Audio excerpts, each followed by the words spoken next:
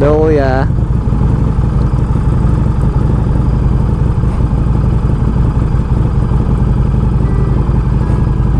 Hindi ko na yung sinasabi mo kuya, oo na lang.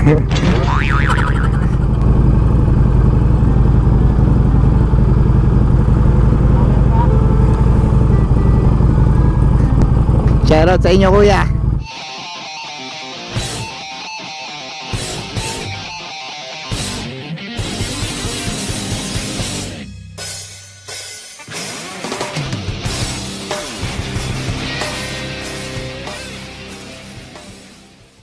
What's up mga orbs? Good morning. So today, ang dala natin ay si Alexi.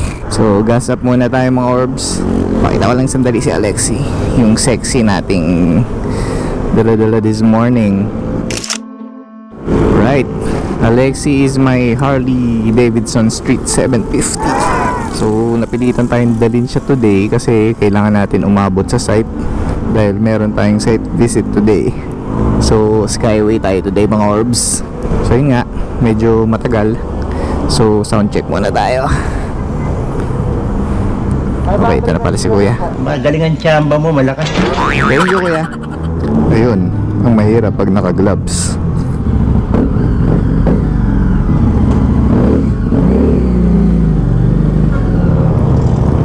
Okay, let's go mga orbs. Medyo madilim mga orbs, malamig. Sana hindi umulan. Malakas po yung guardian angel ko sa likod. Okay na yun, ganyan madilim para hindi masakit sa balat. At the same time, mas maganda yung biyahe natin pag ganitong makulimlim lang pero wala namang ulan. So today mga orbs, tuturuan ko kayo ng backdoor going to Pasay from Taytay. Do it! Trust! So ngayon nandito tayo ngayon sa traffic capital ng Taytay, ang Tikling. So sa mga taga-east, alam nila yan, yung Tikling na yan. Yung sa left side, yun yung papanik ng Antipolo. Ito naman, pag diniretso natin, ito yung papunta Angono. So madadaanan natin yung SM Taytay. And then dito rin yung way papunta dun sa Taytay Tiangge. So yun yung pinaka-famous na Tiangge dito sa Rizal, yung Taytay Tiangge. Nandyan yan sa Club Manila East. So doon din makikita yung Club Manila East na resort. So medyo famous din yon. So sa mga nagbabalak din pumunta ng Tiangge, sobrang mura doon. Diretsuhin nyo lang to, madadaanan nyo yung SM Taytay. Pagkalagpas nyo ng SM Taytay, ayun, may makikita kayong Jollibee. Baba na kayo doon. Nandun sa right side yung Club Manila East. Sa loob nun, nandun yung mga Tiangge. Marami doon.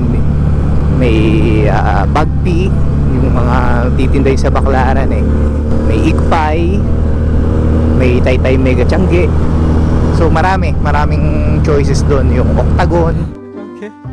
kung saan nandun yung isa sa mga magagaling na builders dito sa East, yung DB Classics. So shout out sa DB Classics dyan kay Quiz Benedict. Pala yung naglift nung tank natin, kaya super macho tong si Alexi. So eto na nga, SM Taytay, diretso lang tayo. So sa likod tayo dadaan sa C6. Oh my God! Wow! In 15 minutes nandun ka na kagad sa Taguig pag dun ka dumaan sa C6. Mga less than pa eh. So sana hindi ganun kakapal yung volume ng mga sasakyan today para dire-diretso yung biyahe natin. Okay, balik tayo kay Alexi. Ride review natin muna, kahit hindi ba natin gagawa yung walk through natin o yung walk around pala. Pinagsasasabi mo orbs. So ito na nga, ito na yung sinasabi kong Jollibee. Nandun yung Club Manila East. Hindi ko wala naturo. So ito yung Taytay Public Market. So ito yung tinatawag na bagong palengke. Dalawa kasi yung palengke dito sa Taytay. Yung isa tawag luma, so ito yung bago. Gago! Yung luma, yun yung maliit na palengke nandun sa bayan. So ito yung bagong luma. Kasi hindi siya mukhang bago. Pero dito kasi, ayan, magkahiwalay yung wet and dry market. Ito yung palengking laging nasusunog. Di wala kung bakit. Inaamin ko na. So dito tayo dadaan. Papunta tayo ngayon sa Highway 2000. So kailangan natin mag-cross nung Barkadahan Bridge dyan sa Floodway para mapunta tayo ng C6. So okay, balik tayo kay Alexi. Ang gulo natin mga orbs. Madaldal ka eh. Sensya na. Pinakita ko si Pikachu. Siya si Mickey Mouse. Kakaibang tandem yan ah. Galing ha? Ito yung isa sa mga bagong Tiangge dito, yung Taytay Capital Tiangge. Tinatry nilang pagsama-samahin pero sobrang dami talagang Tiangge dito sa Taytay. Okay, balik na ulit tayo kay Alexi. Oh, riding wise, sobrang dali niya i-drive. Actually, 240 or 250 plus kilo yung weight niya. So, mabigat siya. Pero, yan mga orbs. Pag dinadrive mo na siya, sobrang gaang. Feeling ko nga NMAX yung dala-dala ko. Pag pinagsisingit ko siya, pag dinadaan ko siya sa mga gilid-gilid. Kasi hindi ko nararamdaman yung bigat. Yung clutch niya, sa una, siguro, nung pagkakuha ko sa kanya, yung clutch, medyo natitigasan ako. Pero pag tumagal, parang wala na, or siguro muscle memory na din. Pero sobrang dali din naman niya i-clutch. Magaang yung clutch niya, and at the same time, pasok agad yung mga gears niya. Sa arangkada naman, well, 750cc, anong expect natin? Syempre, malakas, mabilis, and swabe. Ulit-ulitin ko pa ba? So, kung anong power na kailangan mo, ibibigay niya. Sabi ko, Lindo, stop! Stop! Vibrations, once in a while meron namang vibrations. Pag mga lower RPMs yun kadalasan, pero hindi naman siya ganun kalala, pero meron. So yun yung isa sa mga minsang reklamo ko lang dito, pero sobrang minsan lang. Ang isang ayaw ko dito sa bike is yung busina. Yung busina nito mip-mip eh, kasi sobrang hina. Kaya never ko yatang ginamit yung busina nito. Parang ang laki-laki ng bike, sabay yung busina mip-mip eh. Nakakahiya pindutin eh. Okay, buti umabot tayo, Morbs. Sa gitna tayo. Ito na yung Barkadahan Bridge. So kanina yung dinaanan natin na yun yung Highway 2000. So pagkatawid natin nito, dire-diretso lang to. Sa dulo, kailangan natin mag-left. Yun na yun, papasok sa C6. So merong C5, C3, ito C6. Galing ha? So shoutout nga pala sa Big Machine Customs para sa ating Spider Daymaker headlight. Natanaw ko dun sa sa Montero kanina. Ganda pala niya. Ayun hindi ko lang pupita sa camera. Yung reflection ng headlights natin. Ano ba bang mga kadalasang tanong dito sa Harley Street 750? Engine heat meron, syempre. Typical yun sa mga big bikes, lalo na itong mga ganito naked. Nice. Nasa ilalim talaga, nasa between ng yung mga hita, yung twin V engine na sobrang lalaki, kaya mainit talaga siya. Pero ang kagandahan dito sa Street 750, unlike the typical Harley Davidsons na yung mga grabe talaga yung mga malalaki, ito kasi is liquid cooled na. Yung mga typical Harleys kasi air cooled yun, yung mga nakakarburador. Ito fuel injected na siya na liquid cooled. So may tulong na rin pampalamig ng engine. Normally, nung unang gamit ko dito talaga nagulat ako kasi mainit talaga. Pero nakuha na natin yung diskarte. Actually, mainit lang naman talaga siya pag traffic, pag nakatigil ka sa mga traffic light, mga ganun. Pag mabagal ka, so naghahanap talaga siya ng bilis. So sa ngayon, medyo wala pa naman tayong nararamdamang engine heat. So meron na tayong sign dito sa channel natin pag nakakaramdam tayo ng engine heat pag gamit natin to si Alexi. So malalaman nyo yan soon. Kasi wala na, finish na. So sa ngayon, siguro later on this video, malalaman nyo kung kailan ako nagkakaroon ng engine heat kasi sasama natin doon sa editing niya. So kadalasan naman pag dumadaan ako dito tapos papasok ako dun sa Skyway, dun ako nata-traffic sa may rotonda dun sa Bigutan. Medyo kagulo kasi yung mga sasakyan dun eh. So pag ganito naman takbo natin, actually basta tumakbo ka ng 40 to 60, wala kang mararamdaman engine heat. Promise, lasang kamatis mga orbs. Medyo parang may nararamdaman akong mga patak ng ulan. Sana hindi tumuloy dahil wala tayong masisilungan dito sa C6. Parang may problema ka. Kahit nagmamadali tayo, safety first mga orbs. Takbong pogi lang palagi. Hindi naman karera yung buhay. So, ba't tayo magmamadali? Umuwi ka na? Wala mga orbs, balik lang kay Alexi. Ulit-ulitin ko pa ba? Itong 2019 model na to ng Street 750, meron na siyang gear indicator. So ayun, hindi ko alam kung kita nyo, no? Pero ayan, naka-resale tayo ngayon. Yung mga alam ko, hindi ko lang sigurado kung hanggang anong model nagkaroon ng gear indicator. Kasi yung mga unang labas itong Street 750, yun yung reklamo ng mga unang previous owners. Katulad din ng ibang bike, kailangan kabisado yung bike mo kung anong gear ka, or kung di ka makakalimutin, dapat kailangan mong tandaan kung nasaan gear ka palagi. So yung panel niya, malaki yung in-improve dun sa mga data na pwedeng ibigay dun sa rider. Kasi dati, ang alam ko, wala ding relo. Ito meron, pero kailangan natin pindutin to, itong button na to. Yung fuel indicator niya, iilaw lang yun. Medyo kabisado na rin natin dahil ito lang din naman yung ruta natin papasok. Tay-tay itong Makapagal. So alam na natin yung consumption natin nito. Ma'am, galing mo pala dyan ah. Hindi ko alam ah. Normally, after 3 days, kung alam ba 3 days straight ko siya ginamit, or 3 times ko siyang dinala doon ang balikan sa Tay-tay Makapagal, kailangan ko na yung mag-gas up nun sa pang 4th. Paano masabi?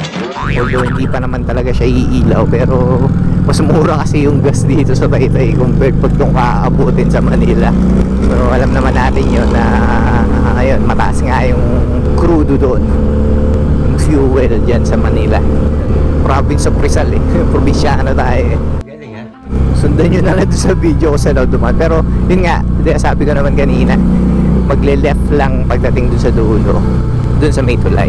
So ito, pagdating nyo dito sa C6, dire-diretso na lang to. Yung ibang vlog natin siguro, tuturo ko naman yung daan ng pagdala natin yung NMAX. Uy kuya, bawal yan, diyan ka away. Doon tayo sa hindi kailangan pumasok ng Skyway. Siyempre bawal yun eh. So 400cc up lang yung allowed dun sa mga expressways natin. So yun yung tuturo kong daan. Shortcut pa din. Panahon. Ang hirap pala mag-vlog daw pag matakbo ka ng mabilis. Paano masabi? Kaya manatakbong pogi lang muna talaga tayo. So subok pa lang tayo mga orbs mag-vlog. Sana samahan nyo ako dito sa ating vlogging journey. Naka-signal yung kotse pero di siya lumilipat. Nakaka-accident sa mga ganyan. Dapat maging mindful tayo sa mga kinakalabit natin. So yun, okay naman yung daan dito sa C6. Kailangan lang natin maging mindful din dun sa kalsada kasi ang daming truck na dumadaan dito. Minsan may biglang sumusulpot dyan, nag-u-turn ng mga sasakyan.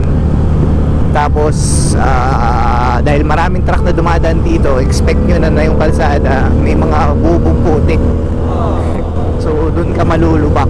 Pero potholes, wala naman gano'n. Meron mga konting malulubak ka pero hindi naman gano'n kalala. Ay, tulad yan, yung mga naiwang konkreto sa kalsada galing to sa mga mixer. May batching plant kasi dito eh ng concrete. Sa Taguig na tayo mga orbs.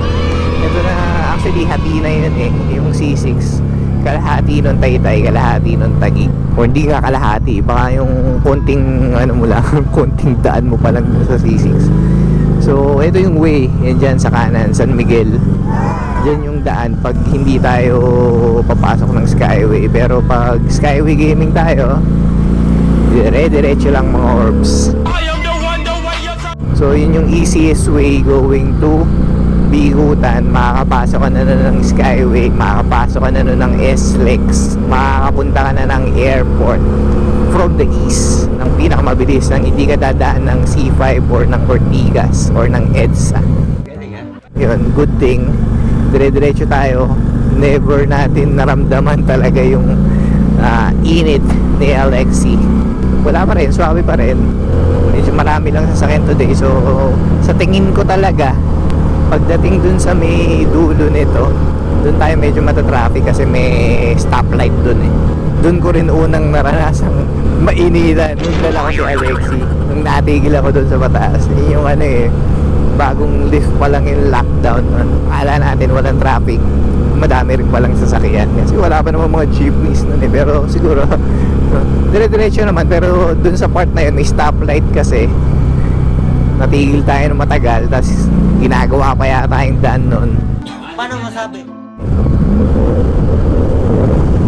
So hindi ko alam kung may naririnig kayong wind noise dun sa mic natin kasi hindi pa natin siya nalagyan nung ating fur. Okay. And yun yung comment ko dito sa helmet ko na to, tong built well na lane splitter. Parang may pumapasok talagang hangin from the bottom. So hindi natin alam kung anong effect niyan dun sa lapel natin. So ayun na mga orbs, sobrang bilis. Nandito na tayo sa Taguig Lakeshore. So may kainan dyan. So ito yung sinasabi ko na may stoplight na hindi naman naka-on. So yun, medyo sinuwerte tayo ngayon mga orbs, naka-go siya. Oopsie. So yung lugar na yun, dun umiinit. Yun yung unang init ni Alexi. Nice. Hindi ko alam kung naka-on yung camera natin. Ba't ganun? Hindi ko makita ngayon kung nagbiblink siya. Or siguro dahil umaga, maliwanag. Nung first time natin ginamit to test our gears, gabi kasi. So kitang-kita natin dito sa front kung naka-on siya. Nang haba nung kuha natin, sayang naman kung di pala naka-on yung camera. Dadaanan natin yung Camp Bagong Diwa. Tama ba? Camp Bagong Diwa ba yung nandito? Yan, yung nasa left side, alam ko yan yung Camp Bagong Diwa. Camp Bagong Diwa nga, tama.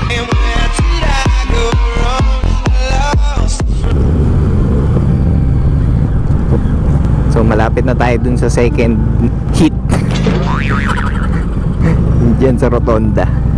Ayan, pag tumatakbo ang mga ganito below 20, mararamdaman mo yung buga ng fan. Pala may fans to. So yung hangin diretso talaga sa rider. Actually mas diretso kung meron kang OBR, kung may back ride ka, mas diretso yung hangin dun sa back ride. Ayan, kitang kita nyo naman, nakadesign talaga tong Street 750 para dito sa city driving. So pwede tayong magsingit-singit. Ayun nga pala, ayun, may ilaw pala. Recording tayo, natanaw ko ng mga orbs.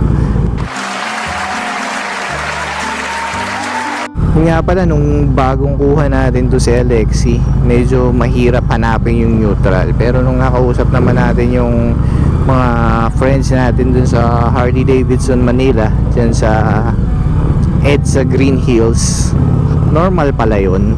Kasi pag break-in period pa yung bike, medyo wala pa dun yung lagitik nung clutch natin. Siguro kung hindi tayo nagpalit ng bar and mirrors, mas madaling sumingit-singit. So dahil traffic ngayon dito sa tapat ng DOST, nararamdaman na natin ito na yung naging second hit point. Pero yun nga, hindi naman natin na-experience yung first kanina. So technically ito pa lang yung first. Paano masabi? Pero hindi pa siya ganun kainin kasi nadidikit ko pa yung legs ko dito in between ng ng tangke natin. Kasi pag sobrang init niyan, sobrang buwaka na ako niyan. Or napapahimas na ako sa legs ko. So hindi naman tayo nang sesedus na napapakasutan talaga tayo. So yun na nga, naipit tayo mga orbs. Kagandahan lang din dito kay Street 750, di ba yan, uminit. Medyo naramdaman mo yung init. Pag umandar na siya ulit ng mga 40, wala na ulit mga orbs. So kaya naman natin singitan yan, kaso may phobia tayo dyan sa mga gutter na yan eh. Dumudulas kasi yung gulong dyan, and pag dumulas sa nag-wad, and yan pa may putik, ayaw natin maputikan si tayo na lang natin. So kuya, hindi ko nahintid na yung sinasabi mo kuya, oo na lang. Shoutout sa inyo kuya. Ayun na nga, naipit tayo. Sabi ni kuya kung vlogger daw ako, nagpipiling vlogger pa lang kuya. Pero sana soon maging legit na tayo. Medyo umiinit na siya kasi natigil tayo, kabiglaan lang talaga dahil kailangan natin umabot. Ang oras na ba? 8:30. Sana hindi tayo matraffic dyan sa rotonda. Dito talaga ako napapasok sa lugar na to. Hindi ko alam ba't hindi umayos-ayos yung flow dito sa rotonda na to. Technique, wag nakamotor ka, dito ka sa outer para mapunta ka agad dun sa kanan. Paano masabi? Kasi pag pumasok ka dyan sa loob, ipit ka na. Dito tayo papunta sa right side. Kasi dito sa right, ito yung pumasok. So ayun mga orbs, kung mapapansin nyo, tinanggal ko yung yung headlight cowl kasi mas pancho. Niloloko kasi ko eh, mukha daw TMX yung motor ko nung may headlight cowl. Pan tricycle daw. So ayun, peer pressure, tinanggal natin siya mga orbs. Hindi, pero mas pogi talaga pag walang headlight cowl. Personal preference ko naman talaga yon. Hindi ko lang alam dati kung paano tanggalin, so nag YouTube muna tayo. Ayun na mga sir, kailangan nang ipasok ang ating sign. Pasok na sa edit. Let's go. Ping.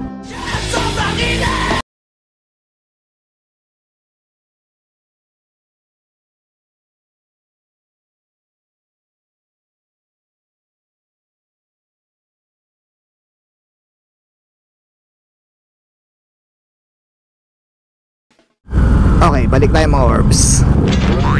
Yung sinasabi ko, diba? Dito kayo magstay sa right.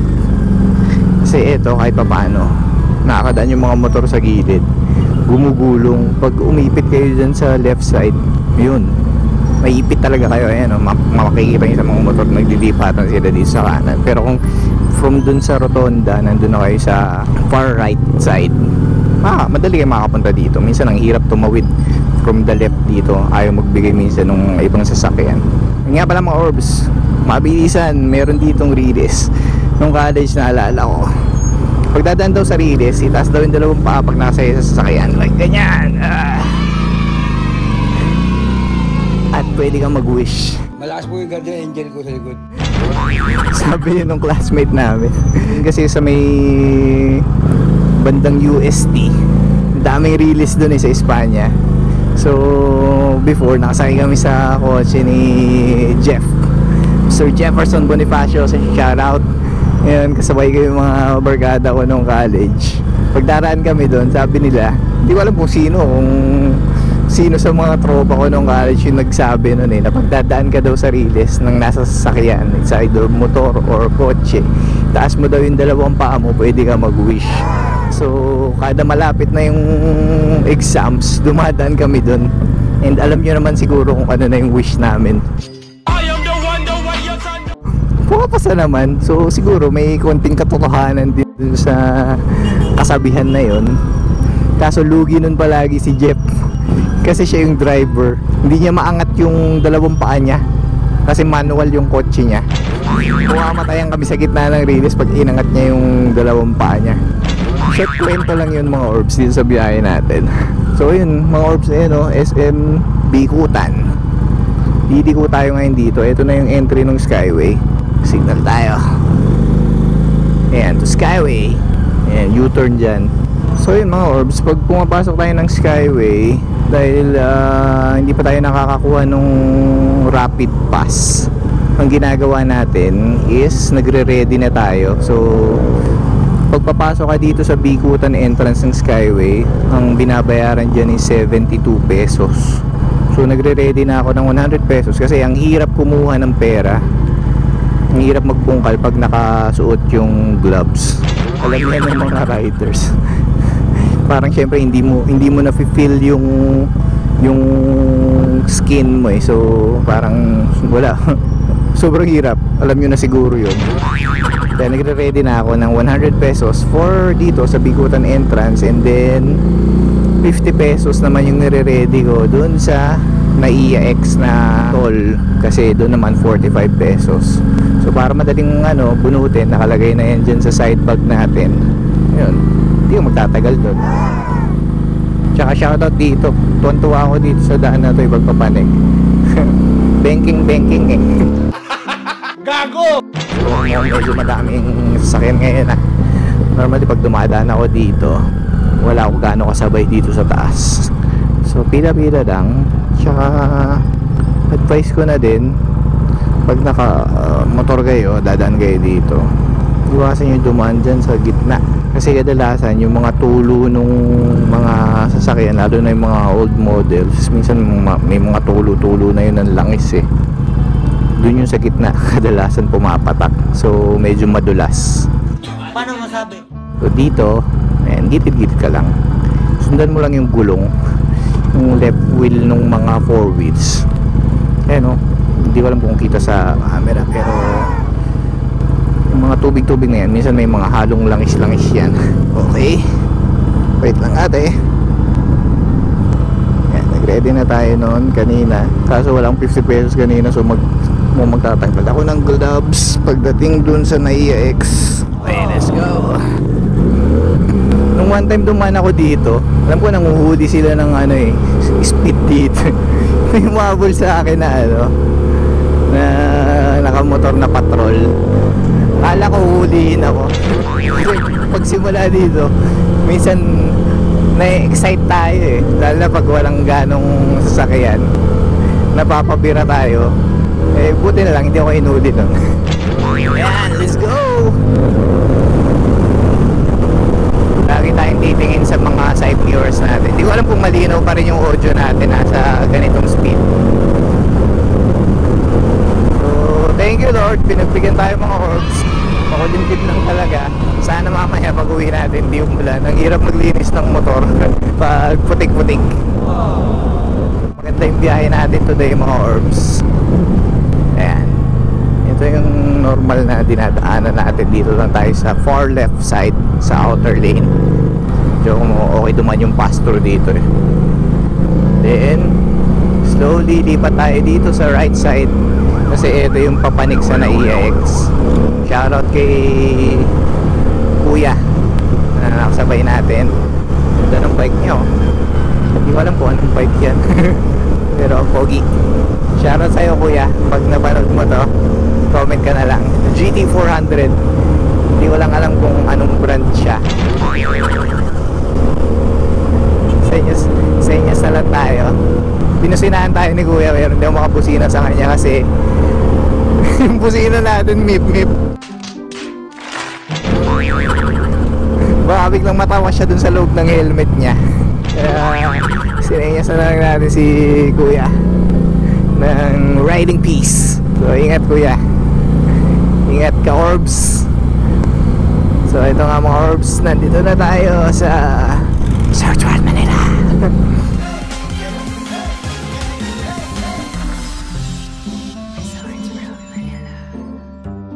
Yung sabaw nun, ito special sa akin itong lugar na to eh, dahil nag-work tayo dyan before 2008, 2009 mga ganun. Ginawa natin yan Marriott Hotel. So part tayo ng engineering team na nagtayo niyang Marriott Hotel under Mega World. Shout out! Marami pa akong mga kakilala dyan sa Marriott, kasi nung time na inabutan ko kasi yan hanggang pinaka soft opening nila. And during Undoy, nandyan ako sa Marriott. So isa ako dun sa mga unang nakatulog dun sa mga rooms ni Marriott dyan, na bagong prepare nun. Dahil inabot talaga kami dyan. Noon doon dyan ako na-stranded. Ang kasyungahan ko nga lumalis pa ako dyan, ganda-ganda na ng tulugan ko. Aircon, ang ganda ng beddings, ang ganda ng kwarto. Umalis pa ako, pumunta ako. Nag-try ako umuwi. Ayun, 3 days ako na-stranded sa daan. Nagkanda-semplang pa ako sa sobrang kapal ng putik. So, grabe yung experience natin na yun naman doon. Yung motor ko pa noon, Wave 100. 45 pesos dito. Yeah. Ang hirap i-distinguish ng 5 piso, magkakamukha na sila eh. So, ate. So, yun yung sinasabi ko, medyo mahirap maghagilap ng pera pag ganyang naka-gloves. Balik tayo. Hindi ko alam kung tuloy-tuloy pa rin yung video natin. Pero, ayan. Gustong-gusto ko dumaan dito sa daan na to, mga orbs. Kasi, simula ng bata tayo, na-amaze tayo sa mga airplanes. Ako, until now, pag nakakita ako ng aeroplano, natutuwa talaga ako. Siyempre, nangarap din tayo maging piloto dati. Pero ko, lahat naman siguro, kadalasan ng mga bata noon na lalaki, gusto maging pilot. Paano masabi? Pwede na lang dun sa mga kaibigan ko, gusto nila maging porn star. Siya na, natutuwa ako sa daan na to kasi dito, minsan may tumatawid dyan na malaking aeroplano. So, pag meron tayong mga close encounter dyan sa mga giant engine birds, hindi mo alam yung sinasabi ko. Natutuwa tayo nun, mga orbs. So yun pa, ingat-ingat dito. Minsan merong speed gun dyan. Dyan nakalagay yung mga nambabarel. Okay, mga orbs. So eto, yung sa right, yan yung going to Sukat Road, and then terminals 1 and 2. Ito naman sa left side, ito yung going to Cavite, going to Macapagal o City of Dreams. Hindi ko alam ba't biglang bumagal to si Kuya. Mamaya bigla niya tayong hulihin, nagpapanggap pala sila. So kalma-kalma lang muna tayo. Okay, ito na yung sa right side, yan yung Cavite exit. So pupunta na yun ng Coastal. So dito pa rin sa left, yan yung Macapagal, then Entertainment City, punta dun sa Okada. So dyan siya sa right, yun, diretso yun sa Okada. Etong straight, Macapagal, going to City of Dreams. Typical day natin going to our construction site, City of Dreams. Ito yung bagong tayong Ayala Mall, Manila Bay. So may transport terminal dyan, di ko alam kung anong mga biyahe. Kasi tagal na yan nag-open, pero never pa ako napunta dyan. Ang normal na route naman talaga natin pag nasa site is site bahay. Ulit-ulit lang. Antindi mo rin. Ako ang sinakwento ko sa inyo, totoo.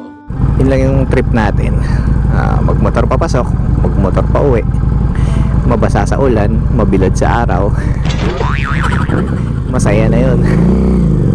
Enjoy na tayo doon. Pag nagkaroon ng time, may nagyaya, or minsan kahit isa or dalawa lang kasama, ride na yun. So ito na mga orbs, City of Dreams. And ito yung Asiana. Uy, may nabangga. Kawawa naman, mag-asawa. Ang nangyari, sana safe sila. So ingat-ingat tayo mga orbs. Dapat laging defensive driving. Yun nga, laging natitingnan. So ito orbs, mga orbs DFA, dito yan, Macapagal. Dito na tayo magle-left sa W Mall. Ayan, abot naman tayo. Ayun yung project natin. Ayun, yung skeleton. Pero soon, gaganda na rin yan. Shoutout nga pala dun sa architectural consultant natin. Ayan, Asya. This is the A place, yung building na may letter A, by Architect Albert Yu. Shoutout sa iyo, Architect. So ayan, right na tayo dito. Kasi no U-turn dun sa tapat ng Double Dragon. So kailangan pa natin tumawid ng traffic light para makapag U-turn pabalik. Kasi nandito sa kabilang side yung project natin, yung pabalik. So ikot na lang tayo dito. So ayan yung S Residences ng SMDC Hotel 101. So ito, Double Dragon. Ito yung bagong project nila, Double Dragon Meridian. Oopsie. So ayan na, lapit na tayo sa site. Ito yung Kalukalike ng project natin, New Ridge. Ito yung project natin, The Skeleton. Elan Bay Plaza. O, yan. So, site protocols, kailangan i-disinfect yung mga pumapasok na sasakyan, yung gulong, then check yung temperature ng rider or ng driver. Also, alcohol. Pahin ko na muna yung vlog natin mga orbs. Nandito na tayo sa site. Okay, 36. Sige, tuloy na natin. Ayan.